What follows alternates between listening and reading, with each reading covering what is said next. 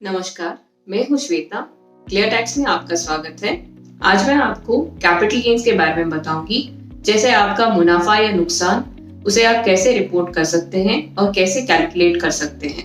आपका हर निवेश या फिर हर एसेट कैपिटल एसेट नहीं होता है। इनकम टैक्स के लिए कुछ एसेट्स जो डेफिनेशन के अंदर होते हैं, सिर्फ उन्हीं को कैपिटल एसेट मानते हैं। बाकी एसेट्स जैसे आपका निजी व्हीकल हो या फिर आपका कोई घर में यूज करने वाला सामान हो, जैसे चांदी के बर्तन, ये सब कैपिटल एसेट नहीं होते। तो हम ये जानेंगे कि कैपिटल एसेट के डेफिनेशन में क्या आता है। कैपिटल एसेट के डेफिनेशन में जमीन या फिर आपका घर या फिर आपके जो निवेश होते हैं, जैसे शेयर मार्केट में अगर आपने निवेश किया हो या फिर म्यूचुअल फंड्स में निवेश किया हो, ये सब कैपिटल एसेट के डेफिनेशन में आते हैं। आपके बिजनेस के लिए जो एसेट्स यूज करते हैं वो भी कैपिटल एसेट ही बनते हैं, चाहे वो टैंजिबल एसेट हो जैसे प्लांट मशीनरी या फिर इंटैंजिबल एसेट हो जैसे ट्रेडमार्क, पेटेंट और अन्य एसेट। कुछ एसेट्स कैपिटल एसेट के डेफिनेशन में नहीं आते हैं, जैसे एग्रीकल्चरल लैंड या फिर आपका स्टॉक जो बिजनेस में आप बेचने के लिए रखते हैं, या फिर हुआ आपके पर्सनल गुड्स जैसे आपके खुद के घर के सामान या फिर खुद का व्हीकल, बिजनेस में यूज करने वाले व्हीकल के अलावा, और गोल्ड बॉन्ड्स जो नोटिफाई किए हुए हैं गवर्नमेंट ऑफ इंडिया से। लेकिन कुछ एसेट्स जैसे आपके ज्वेलरी होता है, वो सब कैपिटल एसेट में आता है। अगर आपने गोल्ड ज्वेलरी बेचा है तो जो गेन्स होंगे उसके ऊपर आपको कैपिटल गेन्स टैक्स भरना पड़ेगा। तो आप कैपिटल गेन्स टैक्स की लायबिलिटी कैसे कंप्यूट करेंगे? इस चीज के लिए आपको एसेट्स को शॉर्ट टर्म एसेट्स और लॉन्ग टर्म एसेट्स में डिवाइड करना पड़ेगा। शॉर्ट टर्म एसेट्स वो होते हैं जिनकी होल्डिंग पीरियड 3 साल या 2 साल या 1 साल के अंदर होती है। अलग अलग एसेट्स के लिए अलग अलग पीरियड बताई गई है। जैसे लिस्टेड सिक्योरिटीज के लिए equity shares, equity oriented mutual fund के लिए 1 साल का पीरियड है। अगर आप 1 साल के भीतर बेच देते हैं तो वो शॉर्ट टर्म गेन होता है, और अगर आप 1 साल के ऊपर बेचते हैं तो वो लॉन्ग टर्म गेन होता है। लैंड और बिल्डिंग के लिए, अनलिस्टेड शेयर्स के लिए ये पीरियड 2 साल तक है, और बाकी एसेट्स के लिए ये पीरियड 3 साल है।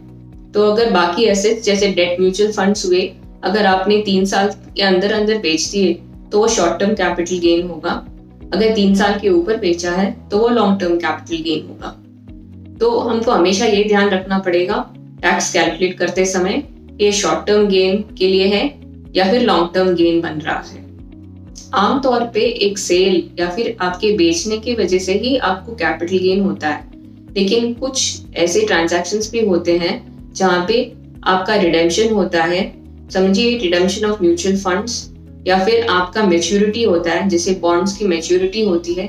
ऐसी ट्रांजैक्शन पर भी आपका कैपिटल गेन बनता है। अगले स्टेप में हम अभी देखेंगे कि आप कैपिटल गेन्स कैसे कैलकुलेट करेंगे।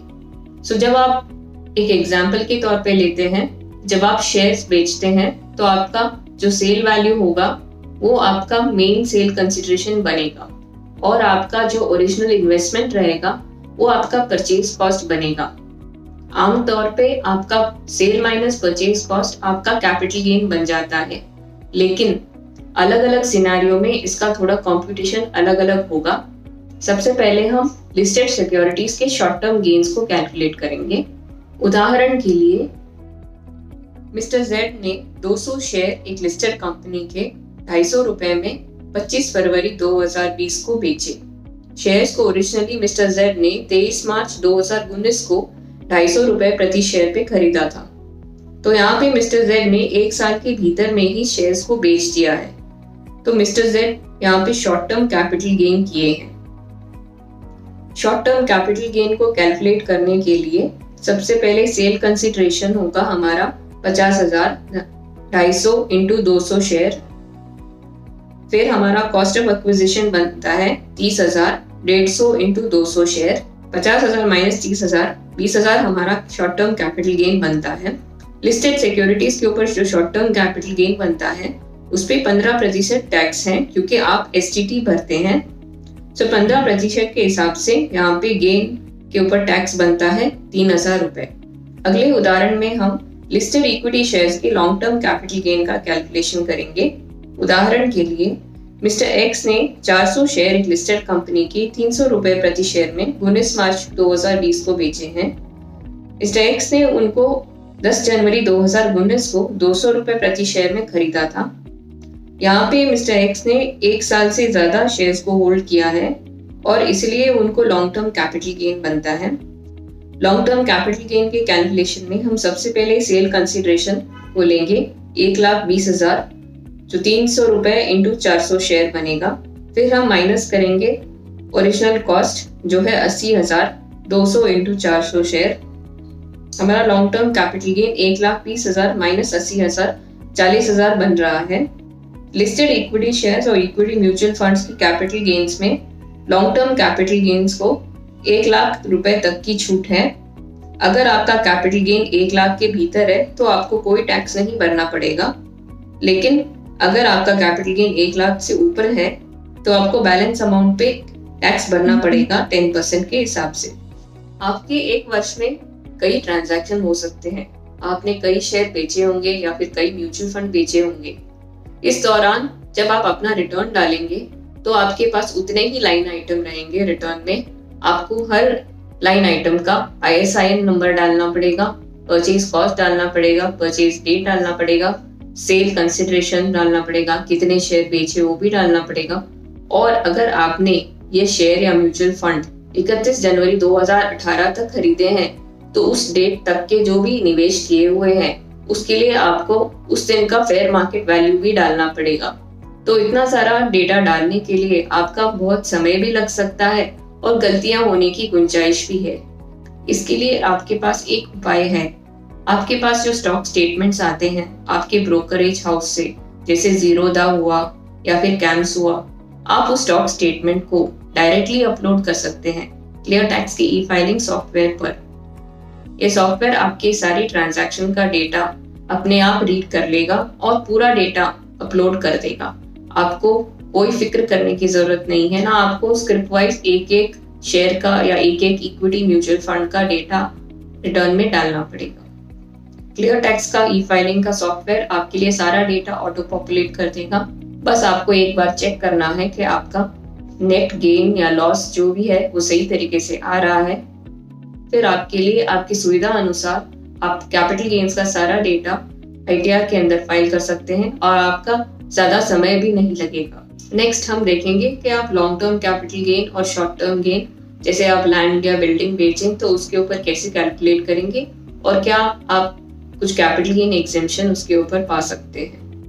उदाहरण के लिए मिस्टर एक्स ने एक घर 80 लाख रुपए में 10 सितंबर 2020 को बेचा। घर बेचने के लिए मिस्टर एक्स का ब्रोकरेज या अन्य खर्च हुआ 2 लाख रुपए। ये घर मिस्टर एक्स 24 दिसंबर 2002 में खरीदे थे 24 लाख रुपए के लिए। यहाँ पे जो हमारा कैपिटल गेन बन रहा है वो लॉन्ग टर्म है, क्योंकि जो बिल्डिंग या घर मिस्टर एक्स बेच रहे हैं वो 2 साल से ज्यादा उन्होंने होल्ड किया है। तो लॉन्ग टर्म कैपिटल गेन का कैलकुलेशन करने के लिए हम सबसे पहले सेल कंसिडरेशन जो है 80 लाख उसको लेंगे और फिर हम जो एक्सपेंसेस इनकर किए हैं 2 लाख रुपए उसको हम रिड्यूस करते हैं। Net sale consideration 78 lakh rupees होता है। नेक्स्ट हम कॉस्ट ऑफ एक्विजिशन को घटाएंगे। यहाँ पर आपको ध्यान रखना होगा कि लिस्टेड सिक्योरिटीज के अलावा जो कैपिटल गेन्स होते हैं, जो लॉन्ग टर्म कैपिटल गेन्स होते हैं, उनके लिए आप कॉस्ट को इंडेक्स कर सकते हो। इंडेक्सेशन करने के लिए आपको notified cost inflation index use करना होगा। हर वर्ष सरकार कॉस्ट इन्फ्लेशन इंडेक्स नोटिफाई करती है। हमें उसी कॉस्ट इन्फ्लेशन इंडेक्स का इस्तेमाल करके इंडेक्स कॉस्ट ऑफ एक्विजिशन को कैलकुलेट करना होगा। तो हमारे एग्जाम्पल में index cost of acquisition calculate करने के लिए हम ओरिजिनल कॉस्ट 24 लाख लेते हैं, उसको हम 301 जो कॉस्ट इन्फ्लेशन इंडेक्स है फाइनेंशियल ईयर 2020 और 21 यानी जो साल में उन्होंने प्रॉपर्टी बेची है, और हम उसको डिवाइड करेंगे 105 से जो कॉस्ट इन्फ्लेशन इंडेक्स है 2002 और 2003 का, जिस साल में उन्होंने प्रॉपर्टी खरीदी है। यहाँ हमारा इंडेक्स कॉस्ट 68,80,000 होता है। अब इस इंडेक्स कॉस्ट को हम 78 लाख रुपए से जब रिड्यूस करते हैं तो हमारा लॉन्ग टर्म कैपिटल गेन 9,20,000 होता है। यहाँ पर मिस्टर एक्स के पास ऑप्शन है कि वो इस लॉन्ग टर्म कैपिटल गेन के लिए कैपिटल गेन्स एग्जेम्पशन पा सकते हैं। वो एक और रेजिडेंशियल हाउस को खरीद सकते हैं या उसमें निवेश कर सकते हैं या कंस्ट्रक्शन कर सकते हैं या फिर लॉन्ग टर्म बॉन्ड्स में निवेश कर सकते हैं और एक कैपिटल गेन्स एग्जेम्पशन पा सकते हैं। यदि यहाँ पर मिस्टर एक्स इन्वेस्टमेंट नहीं करते हैं और कैपिटल गेन्स एग्जेम्पशन नहीं क्लेम करते हैं तो कैपिटल गेन्स उनको भरना पड़ेगा। इंडेक्स कैपिटल गेन्स के ऊपर टैक्स रेट 20% है। कैपिटल गेन्स एग्जेम्पशन के बारे में जानने के लिए और अन्य असेट या फिर अन्य निवेश के ऊपर आपका कैपिटल गेन्स कैसे कैलकुलेट होता है, आपको क्या एग्जेम्पशन मिल सकता है और उनका टैक्स रेट क्या होगा, ये जानने के लिए आप हमारे कैपिटल गेन्स पेज को जरूर पढ़िए। अगर आपको हमारा वीडियो अच्छा लगा तो लाइक और शेयर जरूर कीजिएगा। धन्यवाद।